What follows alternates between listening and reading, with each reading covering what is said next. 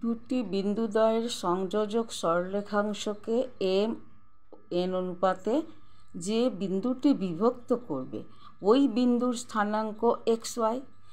ভেতরের দিকে ভাগ করলে মানে অন্তস্থভাবে, মানে কোনো সরলরেখার ভেতরে কোনো বিন্দু অবস্থান করলে তাকে বলবো আমরা অন্তস্থভাবে।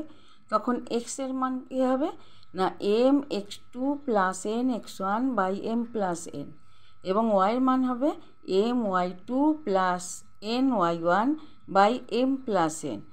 আর বহিস্থভাবে মানে ওই সরলরেখার বাইরের দিকে কোনো বিন্দু অবস্থান করলে সেটা বহিস্থভাবে, তাহলে কী হবে না X equal to M X two minus N X one by M minus N, এবং Y M two minus N Y one by M minus N.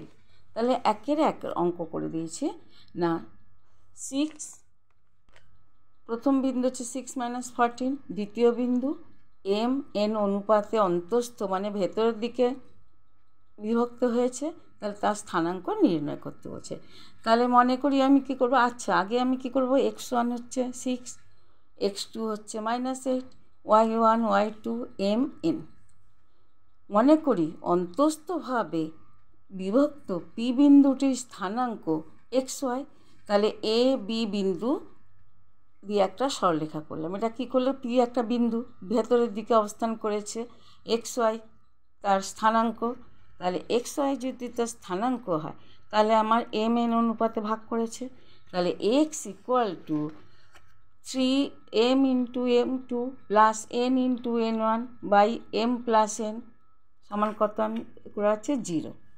ওয়াইয়ের মান হচ্ছে m into y two plus n into y one by M plus n, কত পাচ্ছি না -26/7। তাহলে ওই P বিন্দুটার স্থানাঙ্ক হলো 0 -26/7। চারের দাগের অঙ্ক, চারের দাগের অঙ্ক কী হয়েছে না বহিস্থভাবে। দেখো এখানে একটা এ বি দিয়ে একটা সরলরেখা টানলাম, বাইরের দিকে পি বিন্দু অবস্থান করেছে যার স্থানাঙ্ক এক্স ওয়াই। এটা এ থেকে পি বিন্দুর দূরত্ব হচ্ছে 2, আর বি থেকে পি বিন্দুর দূরত্ব হচ্ছে 1 অনুপাত। তাহলে এখানে x one x two y one y two m n লিখে নিলাম। তাহলে মনে করি বহিস্থভাবে বিভক্ত পি বিন্দু স্থানাঙ্ক এক্স ওয়াই।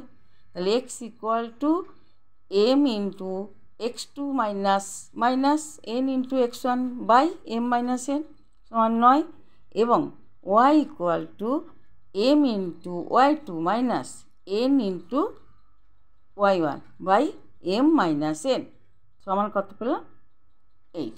তাহলে বিন্দুটির স্থানাঙ্ক 9, 8।